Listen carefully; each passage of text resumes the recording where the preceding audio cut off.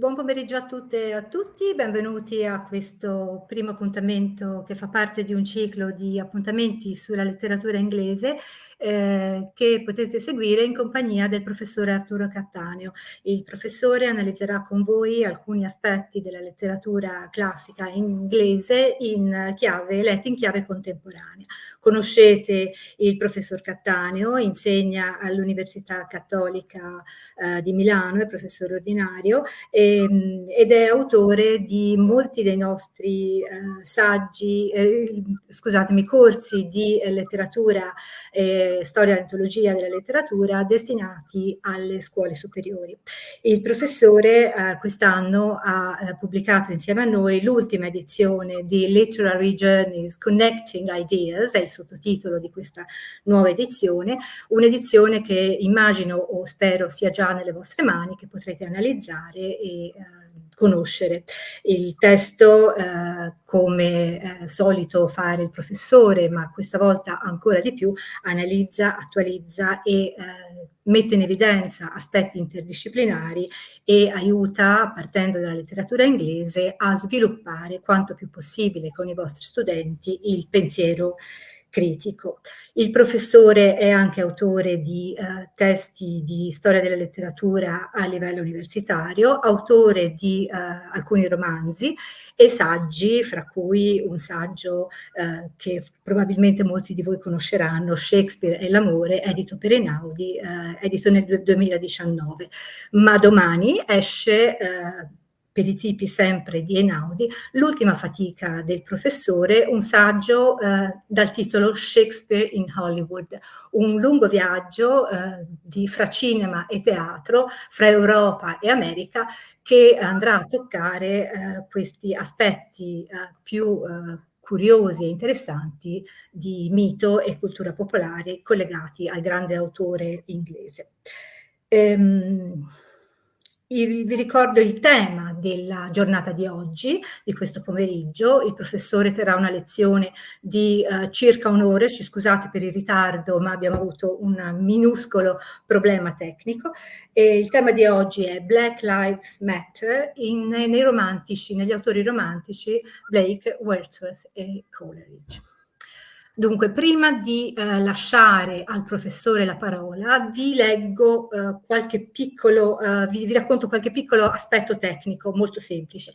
Potrete inserire le vostre domande nella chat di YouTube e io alla fine di questa presentazione, di questa lezione del professore, le porgerò a lui e lui potrà rispondervi. L'attestato di partecipazione sarà disponibile nei prossimi giorni sul sito mondadorieducation.it alla pagina attestati, così come le slide che il professore utilizza in questa sua diretta. Per chi vedrà questo evento in differita, l'attestato sarà invece disponibile solo se l'accesso tramite la mail di conferma sarà stato effettuato entro le 23:59 di oggi, entro la mezzanotte.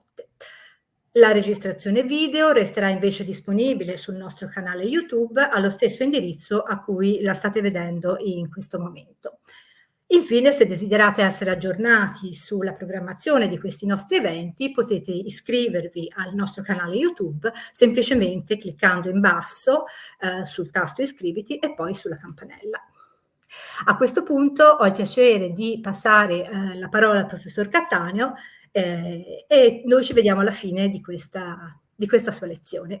Vi ringrazio, professore, grazie a lei e buona lezione. Grazie a te, grazie Milva di questa presentazione molto generosa, devo dire, e benvenuti a quelli che ci stanno ascoltando, con alcuni di quelli che sono in collegamento sicuramente ci siamo già visti e conosciamo, è sempre un piacere ritornare. C'è un piccolo problema tecnico, però spero che non rovinerà il corso o non tanto, non troppo, della nostra chiacchierata. Non ho il comando delle slide, per cui periodicamente dovrò chiedere a Milvia la cortesia di far partire la slide successiva. Apart from that, I do hope that today we're going to talk about something which might be of interest to our students in the first place and to ourselves as teachers of the English literature. And as the title, poses, we're going to talk about Black lives for Romantic poets. We do know what Black Lives is. Black Lives Matter is. It's a movement which really began some 10 years ago in 2013 with the use of a hashtag for the first time on social media. And the phrase may be fairly recent, in fact, but what's behind it is not. It goes back a long way in history, unfortunately, and has to do with color difference or racism due to color differences. In this, it relates to something. We're going to talk about slavery as well, as the title poses. Blake, Wordsworth, and Coleridge on slavery. But as such, Black Lives Matter has not just to do with slavery. Why? Because slavery in the past, as we know, and in different civilizations, had to do mainly, surprisingly maybe, but mainly not with color, but with other things. One could be a slave for debts, for running into debts, for being caught a prisoner in war, for religious reasons, for a number of reasons. In ancient Greece and Rome, as we know, slavery was not based on color differences. What we're going to talk about is something different, and something which took place exactly in the Romantic period. That's why we are dealing with Blake, Wordsworth, and Coleridge.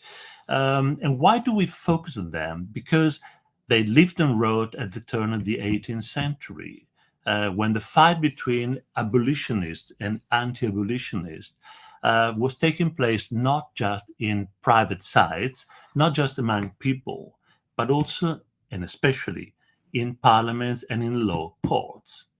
And I would like to begin precisely with a case debated in British law court in the second half of the 18th century. So media, please, slide 2, that's very good. We begin with Enlightenment. And we're going to see something which relates to the famous Dr. Johnson, better known to us as the writer or compiler of the great Dictionary of the English Language, better known for his Rasselas, his Enlightenment romance, or for his satires. But now he's writing and talking about a legal case, a Scottish serf or slave asking to be freed, which might seem surprising. A Scottish serf, next slide, because, well, this is Dr. Johnson, quite an imposing figure, as we know. He was feared by most, and this is, thank you, what we were expecting. That's a story. In 1777, a black slave, Joseph Knight, sued for freedom from his Scottish master, the Scottish master he had escaped. And although slavery had been abolished in England in 1772, so not much earlier, serfdom or slavery still existed in Scotland, and the English were still deeply involved in the slave trade, the British, we might say. Now, on behalf of the slave, the black slave Joseph Knight, Samuel Johnson dictated an argument, which is a legal term, a defense, in fact, to James Boswell, his famous friend and biographer. And that's what we're going to see. Let's see how Dr. Johnson deals with the case. Typical 18th century fashion and in typical Enlightenment reasoning. He says, it must be agreed that in most ages, many countries have had part of their inhabitants in a state of slavery. Okay? Yet it may be doubted whether slavery can ever be supposed the natural condition of man. Again, we see the philosopher talking here. It is impossible not to conceive that men in their original state were equal, again, and very difficult to imagine how one would be subjected to another, but by violent compulsion.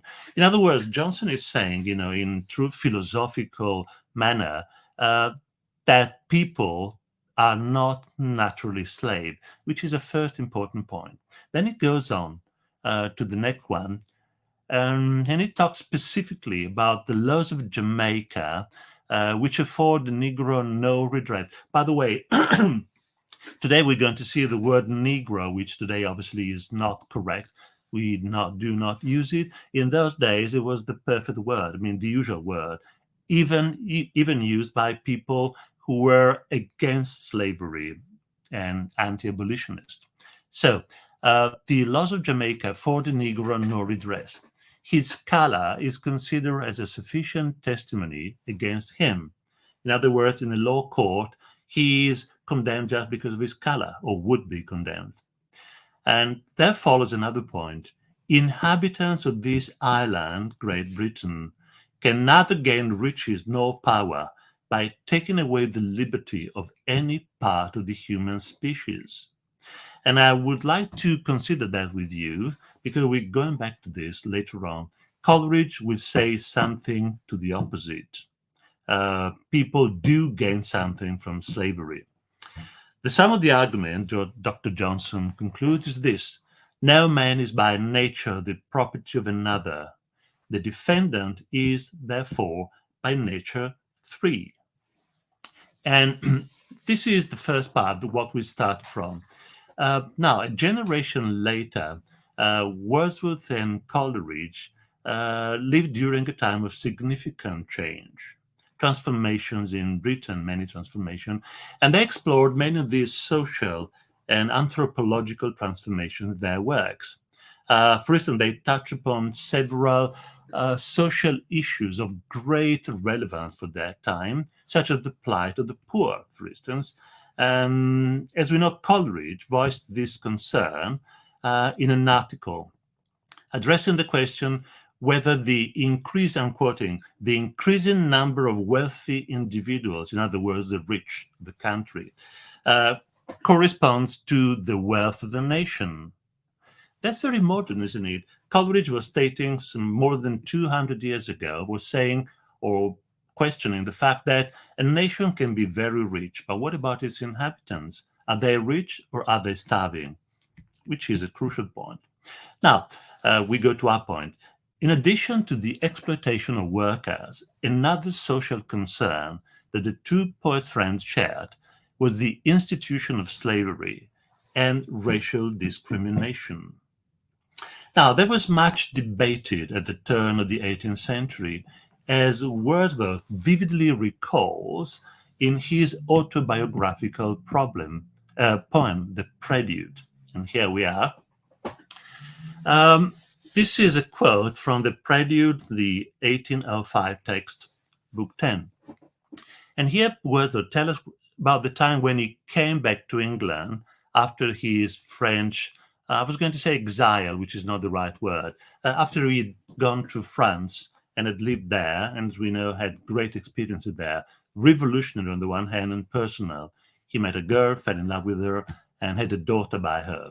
Now, this is where he goes back to England, and he says, when to my native land, after a whole year's absence, I have returned, I found the air yet busy with the stir, the convulsion of a contention which had been raised up against the traffickers in Negro blood. In other words, he's saying there had been a great debate in England at the time I came back about traffickers in Negro blood, slavery. And that first attempt to abolish slavery failed, as we know, historically failed. But the important thing for Wordsworth, as he says here, is that the fight had diffused some truths to the heart of the English people. And in the next part, next slide, he continues to say, and many people, though they had to drop the fight for the time being, wanted to join whatever other caravan appeared to travel forward towards liberty with more success. In other words, many people thought that even though the first battle or the first battles had been lost, many more battles were in the foreground and they were worth fighting. And if we go to the next slide, we see what happened historically. After a long campaign, William Wilberforce and Thomas Clarkson had a bill passed in Parliament bill for the abolition of the slave trade in Great Britain. That was 1807. And that was followed a few years later in 1833 with the Slavery Abolition Act, slavery finally being abolished in the entire British Empire.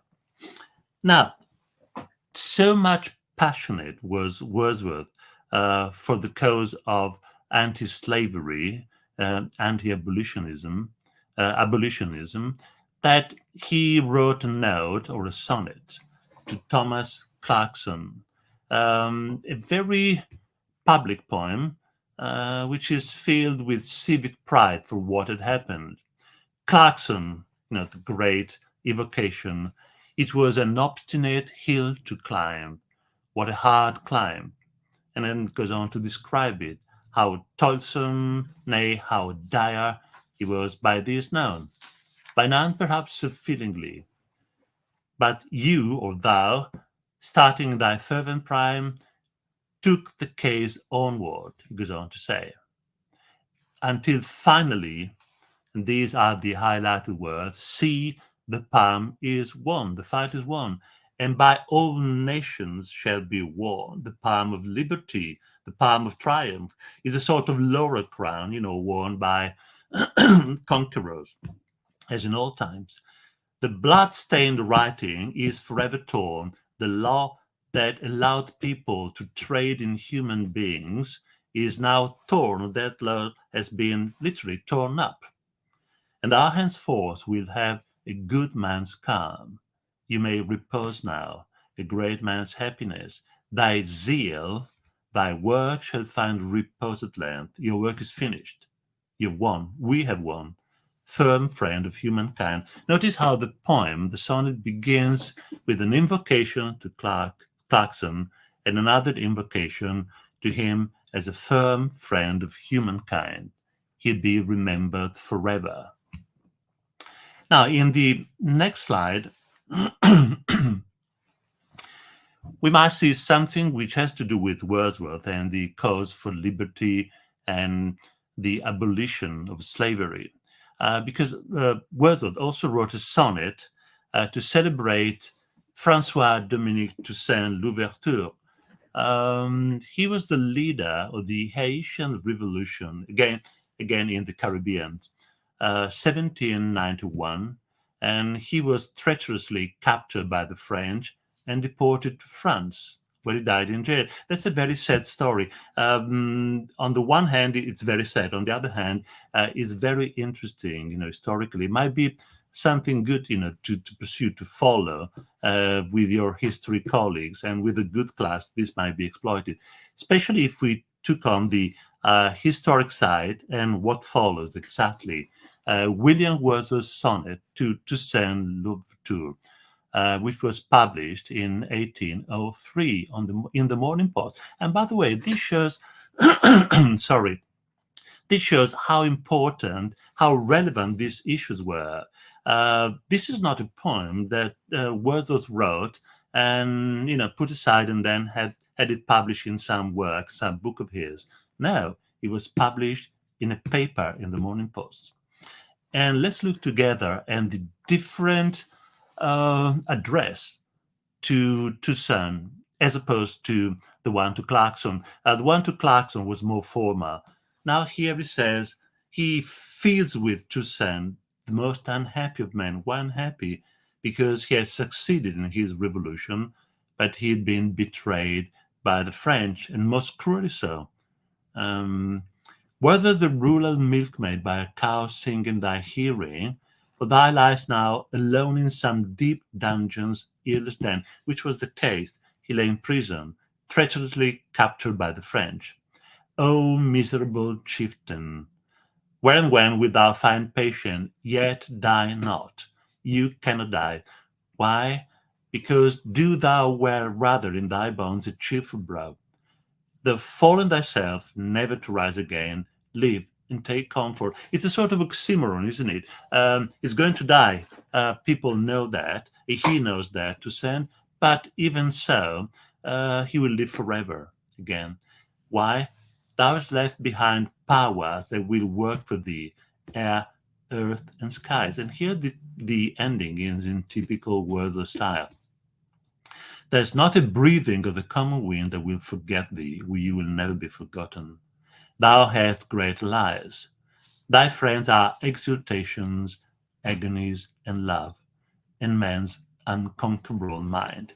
Very Wordsworth-like, isn't it? Man's unconquerable mind. Now, this is to show how much interested Wordsworth was in the the issue of racism and the independence of Black people.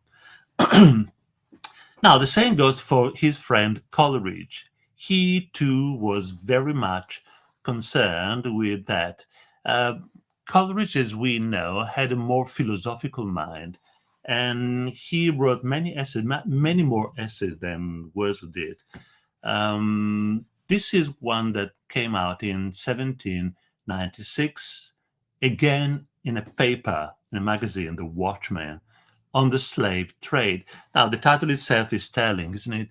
And here Coleridge denounced the deformities of a commerce which is blotched over with one leprosies of evil, which is typical Coleridge jargon, very strong, isn't it? Blotched all over with one leprosy of evil, like a leper, as well as the imaginary wants on which it rested. In other words, the commerce of slaves was based on imaginary, that is, unnecessary wants. And here we come to the point which I pointed out earlier on. Whereas Dr. Johnson said, what can people of this island in Great Britain gain from having other people in a state of slavery? And in the next slide, we see the quotation from that essay from Coleridge. The evils arising from the formation of the imaginary wants have in no instance been so dreadfully exemplified as in this inhuman traffic. And here he comes to the point.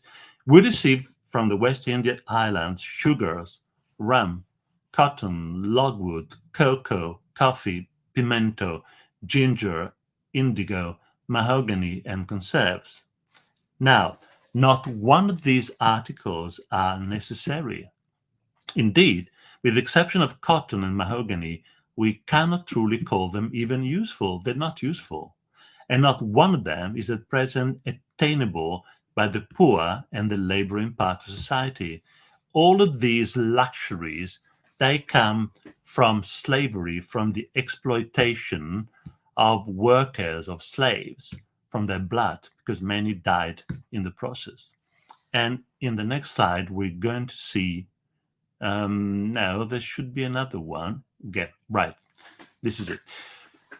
He addresses, this is very powerful because here Coleridge addresses his readers, the English, and he says, if only 1/10 part among you who profess yourselves Christians were to leave off not all the West India commodities, but only sugar and rum, the one useless and the other pernicious, all this misery might be stopped. Slaves would not be exploited any longer, or not all of them, and many more lives would be saved. Many more sufferings, would stop. Gracious heaven, and here this is very powerful. Imagine that at your meals you rise up, and pressing your hands to your bosoms, you lift up your eyes to God and say, "Oh Lord, bless the food which Thou hast given us." A part of that food among most of you is sweetened with brother's blood. Will God bless the food which is polluted with the blood of his own innocent children? And that's a very powerful question that Coleridge poses to his readers. Very powerful, and it denounces the complacency of people. We tend to forget how much of what we have, how much of the luxuries that we enjoy are paid for by suffering people all over the world. Very modern, something which relates very much to think we are still faced with today. Now, Coleridge and Wordsworth were not the only poets and writers to write on the issue of slavery and racial discrimination, as we can see from this slide. Some of these, well, this is not exhaustive, obviously. There are countless writers, but it's quite telling, I think. We have, again, Wordsworth. We have very famous poet like William Blake, The Little Black Boy, about which we are going to say a few words right now. We have William Cowper's on slavery. It's a late 18th century poem included in The Task, one of the poems he was famous for.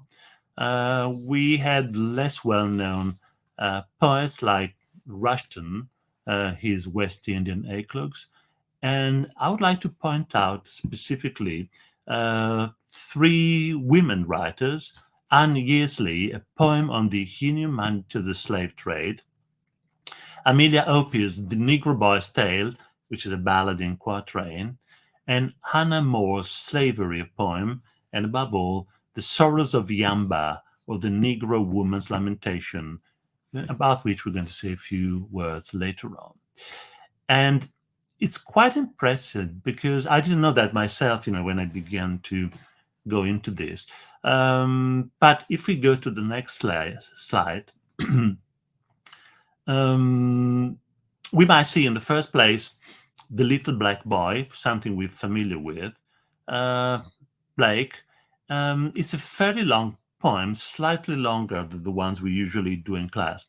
And it goes straight to the point. My mother bore me in the southern wild, and I am black, but oh, my soul is white. Notice that I am black, but oh, there's a but. Why? Because people tended to think in those days, and unfortunately tend to do so even now, some people at least, I am black, but my soul is white. The usual opposition, Blakean opposition. White as an angel is the English child, but I am black as if bereaved of light. So here the child is reflecting the commonplaces and the discrimination of the time. How? How can a child know about that? Simply because, as the second stanza tells us, my mother taught me underneath a tree, and sitting down before the heat of day, she took me on her lap and kissed me, and pointing to the east, where the light comes, where God comes, began to say, next slide, these are the mother's words, look on the rising sun, that God does live and gives his light and gives his heat away, and flowers and trees and beasts and men receive comfort in morning, joy in the noonday. In other words, the sun shines on everyone, on all creatures. And these black bodies, next stanzas, and this sunburned face, our color, are just a reflection of his glory. Is but a cloud, and like a shady grove. Why a cloud? Because our physical appearances are just a cloud to our inner souls. And in the next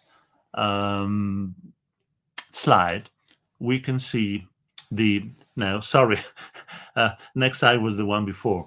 And in this slide, we can see the conclusion of the poem, Mother says, for when our souls have learned the heat to bear, the cloud will vanish.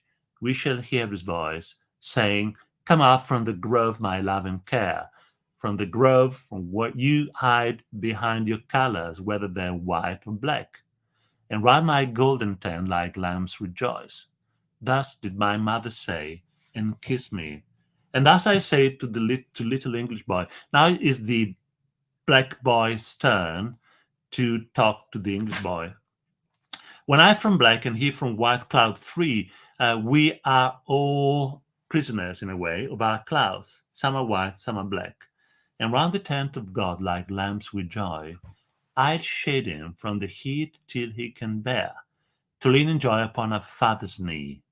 And then I stand and stroke his silver hair, and be like him, and he would then love me. There will be no more racism. There will be no more color barrier. Well, this is typical Blake, a great poem, by the way. Something we should do in class more often than we do, I believe. And this is, in a way, fairly to be expected, he being Blake. What is not so easy to gather in the first place is what follows in the next slide. Thank you. And we go back to the women writers, women poets, because recent studies have shown how the number of women participating in the campaign against the slave trade was significant. They did not only compose pamphlets and poems to denounce the condition of slaves, but many women took part in the cause, helping in many different ways, such as organizing, fundraising, and petition. And as Lila Maria Crisafulli writes in her excellent book, Women and Abolitionism, Hannah More and Unyielded Poem, Freedom, it might be noted that 10% of the financial support for abolitionist societies of the time came from women.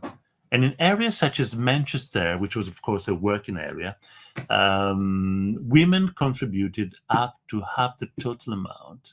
So the role of women was very important, both in practical ways and in what they wrote.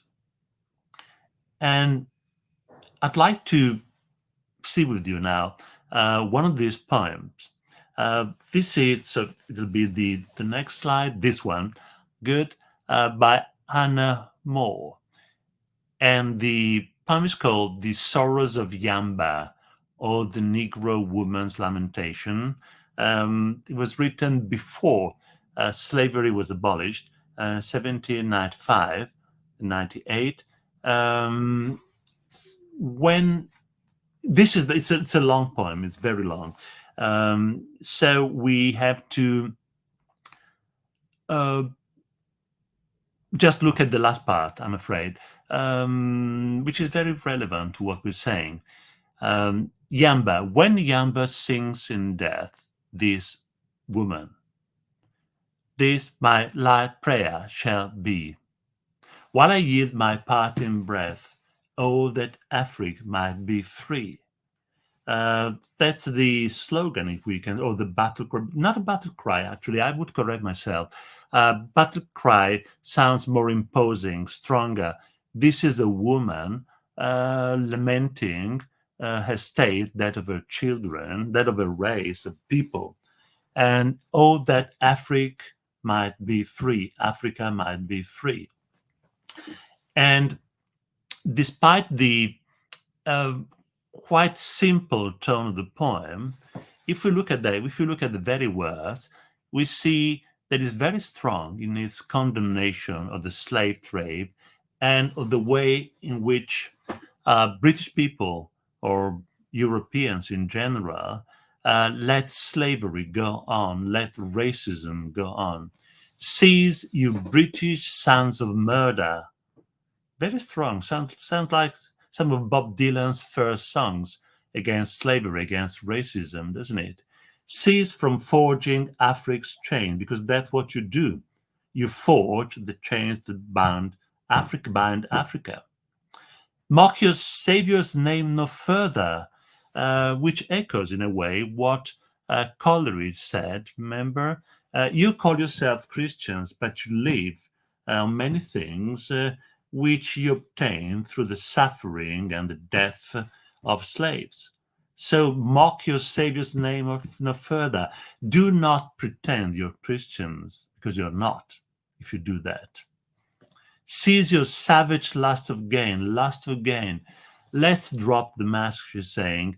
You don't do this for noble reasons. You do it for gain, money. You that boast, we rule the waves, famous Britannia Rule the Waves, the national, well, not quite the national anthem, but a sort of very patriotic song, as we know, Britannia rules the waves. Bid no slave ship soil the sea. So if you rule the waves, really, if you dominate, control the oceans, let's no slave ship go over the ocean any longer. You that never will be slaves, bid poor Afric's land be free.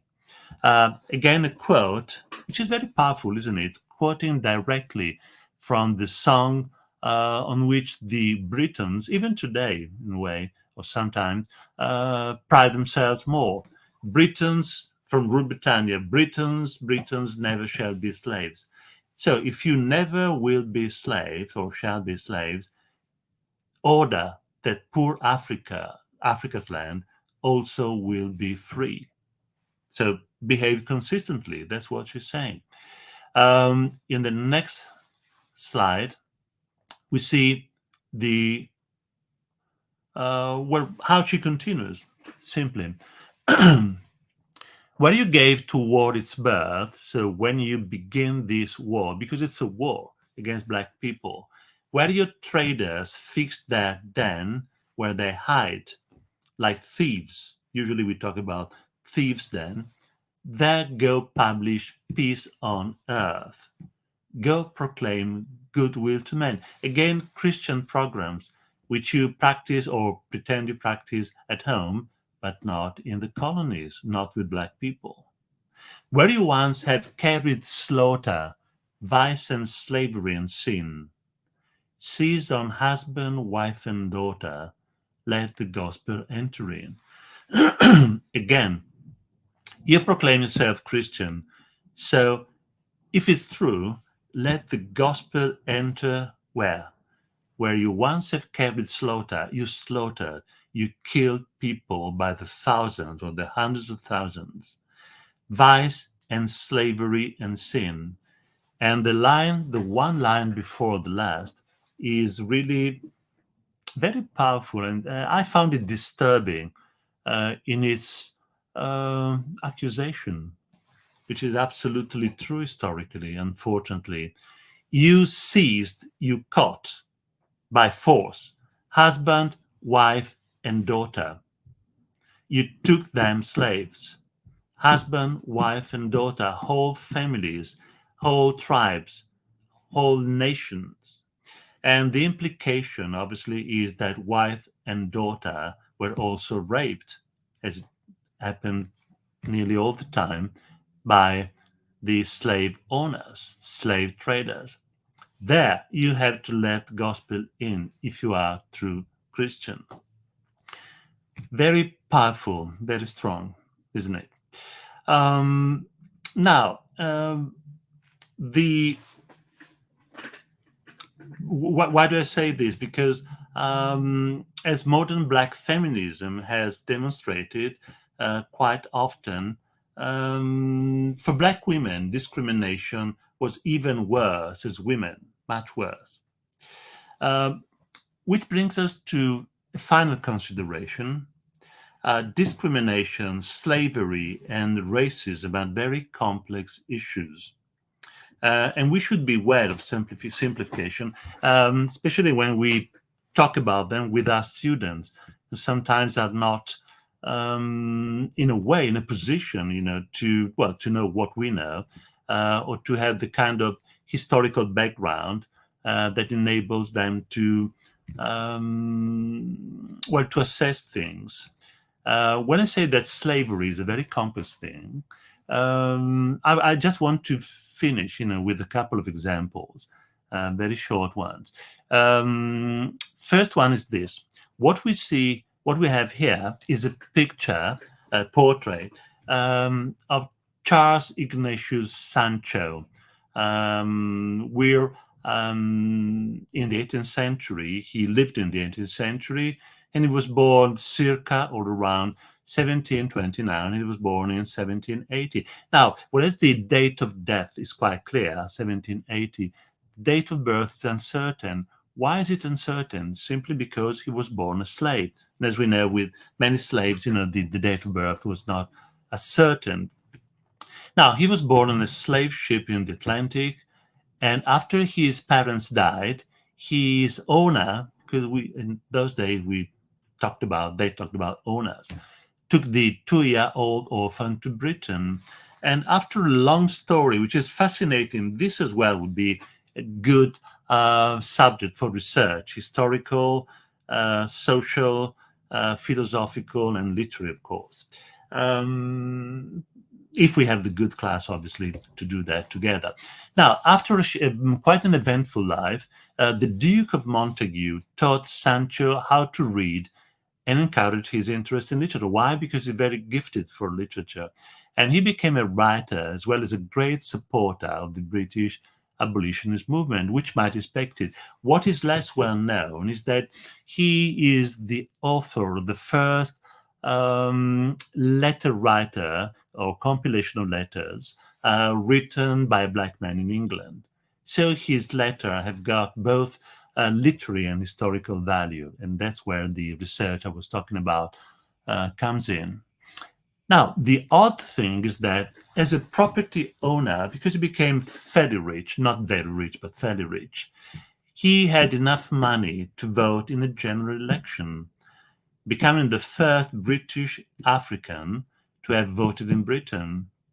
And it so happened that even though he was black, being wealthy or fairly rich, he could vote, because we know that vote at that time, depending on the amount of money you had, or whether you were noble or not, obviously. So it so happened that at a time, we're talking about the second half of the 18th century, when no woman in England could vote, and some 80%, if I remember correctly, I might be slightly wrong, but 80, if not 85% of male people in England or Britain could not vote. A black man like Sancho could vote, which is something which might not be expected, not so easy to expect. And the next and final slide will, so please, next slide, right, takes us back to Samuel Johnson. Samuel Johnson was a great supporter of the rebellion of black people in the colonies. He was well known for toasting, in public places to revolutions by black people and to rebellions by black people. And in this essay, Taxation, No Tyranny, he writes something quite interesting. Why is it interesting? Because it shows how complex things are. Taxation, No Tyranny is against the 13 American colonies separating from Britain, from England, or Britain at that time. That's why he writes Taxation, No Tyranny. He refers obviously to the famous no taxation without representation, the battle cry of the 13 colonies in their rebellion, in the revolution. And he asked the American rebels, as he calls them, how is it that we hear the loudest yelps, the loudest cries for liberty among the drivers of Negroes? You claim that you're all in favor of liberty, but that is liberty for white men like yourself in America.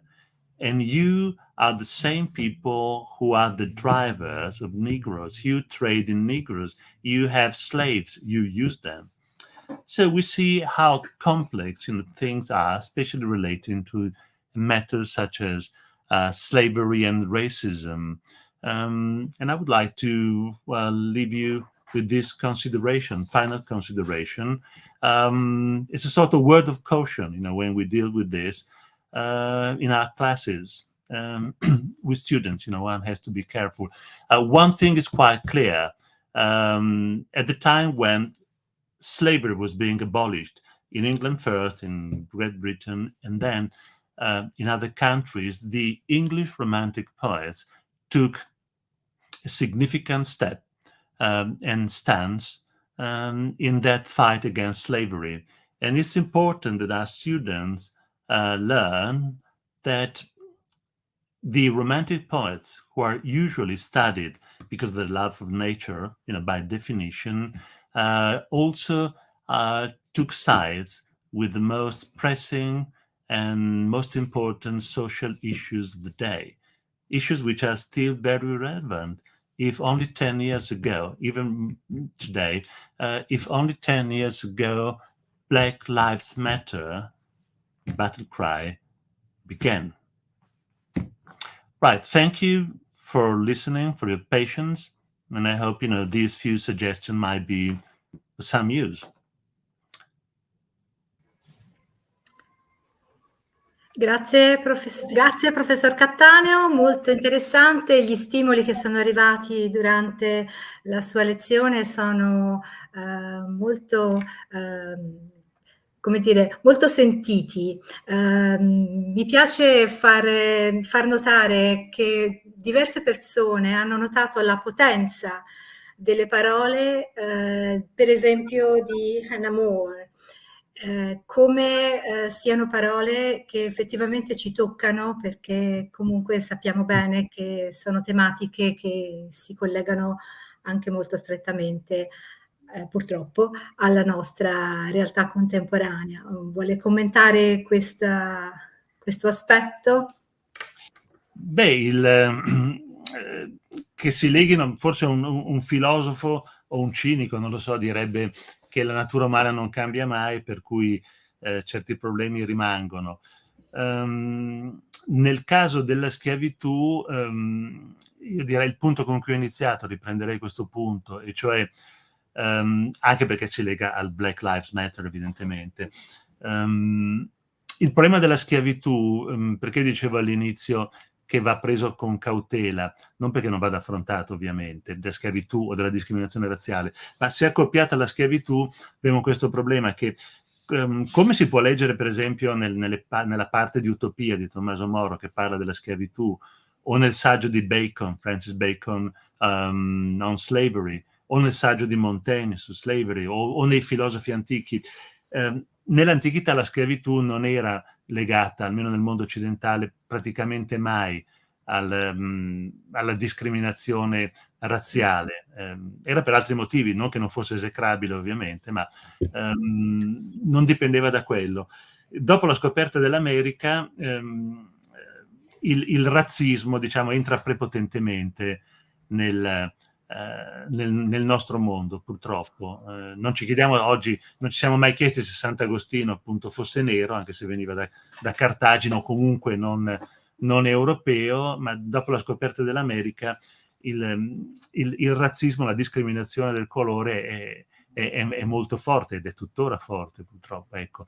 La cosa che colpisce è che questi poeti romantici, insieme all'enorme e fondamentale contributo sulla natura, la poesia della natura, per intenderci, quella per cui sono più conosciuti, abbiano anche toccato molto molto da vicino tutte queste forme, anche in un'epoca favoriti tra virgolette, portati dal fatto che vivevano in un'epoca in cui tutto questo veniva dibattuto sui giornali, nei comizi politici, in Parlamento e nei tribunali.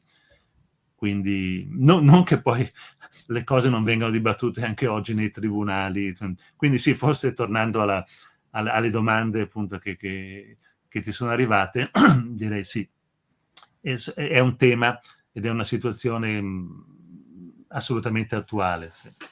E parole molto potenti anche perché, diciamo, scritte da una donna, anche questo è stato Dunque di Anna notato, Moore, sì, assolutamente. quanto questo sia appunto collegato a tante Sì, altre tematiche che si possono probabilmente sviluppare in classe con gli sì. studenti. Secondo me sì, si può bene, anche perché la poesia, per esempio, di Hannah More, che abbiamo visto in parte, si presta bene a essere divisa appunto tra vari gruppi.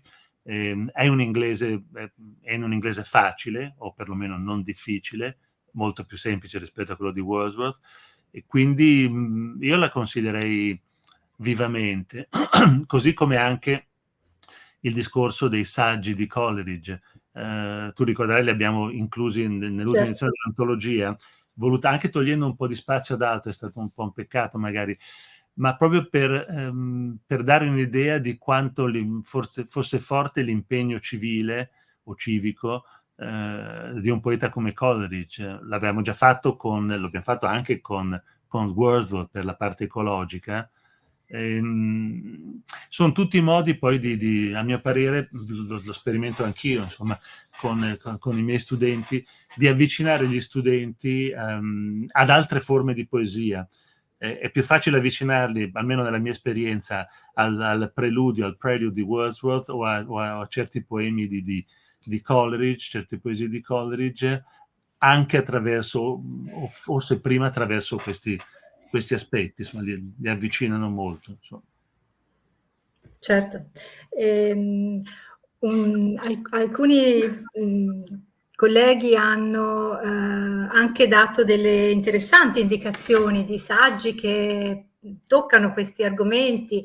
Per esempio, una collega ha suggerito di leggere Peter Fryer's Black People in the British Empire. Io immagino che sia un Sì, sì, testo, diciamo, fondamentale per questi argomenti, per sì, toccare questi argomenti. E anche qualcun altro ha notato come il tema della schiavitù e anche diciamo, della sottomissione di un popolo ad altri, da parte di altri, è toccato anche nella pittura. Fanno l'esempio di Turner. Ci sono la famosa nave degli schiavi, sì, sì. Quello è un altro aspetto, forse l'abbiamo toccato in uno dei webinar degli anni scorsi, ma al di là di quello, insomma, è giustamente famoso e ha fatto molto bene la collega a rilevarlo. Anche la pittura si è molto prodigata in questo senso. E, tra l'altro i quadri di Turner sono veramente potentissimi, anche perché dicono qualcosa di spaventoso, cioè questa nave che nella tempesta, come molte navi facevano all'epoca, se non tutte, nel momento in cui dovevano liberarsi di materiale ed essere più leggere, buttavano a mare i neri, gli schiavi, perché erano proprietà, erano cose, tra virgolette. Si legge proprio anche nei libri di bordo, things, property. Sì, abbastanza impressionante. molto impressionante e molto giusto il rimando della collega, sì, sì.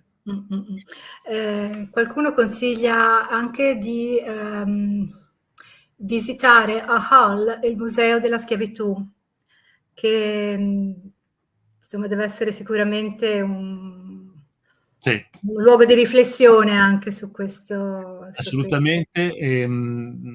Adesso tra l'altro si possono visitare anche virtualmente, insomma, se non si riesce ad andare con la classe, quello o anche diciamo in parallelo sono interessanti in questo senso quelli che sono diventati adesso musei, nei luoghi di partenza delle navi di schiavi dall'Africa, dalla costa occidentale dell'Africa, che andavano verso i Caraibi, che erano poi il punto di smistamento. Anche in quel caso, sì, diciamo il parallelo purtroppo sorge con Auschwitz o luoghi simili, insomma sono luoghi purtroppo di tortura e di spaventosa sottomissione, però è giusto che vengano oggi usati per ricordare, e se no dimenticare si fa in fretta, insomma. Se non ci Certamente. fossero i luoghi e le parole dei poeti e degli scrittori, che per fortuna ci ricordano certe cose. Qualcuno anche ricorda di aggiungere, probabilmente fra le letture da proporre ai ragazzi, Colonel White Man's Burden di Kipling, sicuramente Sì, collegabile a questo tema. purtroppo, e sottolineo purtroppo, le possibilità in questo senso sono sterminate, cioè nel senso che poi Certo, noi ci siamo concentrati ovviamente sui romantici. scelta sui romantici, per focalizzarci sul periodo in cui viene abolita la schiavitù, ma purtroppo la schiavitù continua in realtà, e questo è un altro tema, anche oggi milioni di persone o decine di milioni sono in una forma o altra di schiavitù o schiavitù mascherata, e il razzismo continua. Quindi, volendo seguirlo con i nostri studenti, si potrebbe fare un percorso temporale, cronologico molto, molto interessante, tragico e interessante, fino ai giorni nostri, sostanzialmente. Sì. Certo. Beh, ci sono anche persone che la salutano, professore, perché sono stati suoi studenti, ma le avremo piacere di passarle queste, Mi fa molto, sì, sì, tutte con le molto domande e anche i con nomi molto di piacere. Allora, queste persone che sono state sue alune o Io studenti. li saluto molto caramente, come saluto tutti in realtà. Dico sempre, insomma, è un peccato che non ci sia una vera aula, insomma, in cui sederci, chi lo sa, magari un domani. Potersi guardare Di guardare, sì, sì. in faccia. Va bene, gli stimoli sono tanti, noi speriamo che la lezione abbia trovato interesse per voi. Sicuramente ringraziamo il professor Cattaneo, vi Grazie a voi. auguriamo buon lavoro. Grazie. Grazie a tutti e buona Arrivederci. serata. Grazie. Arrivederci.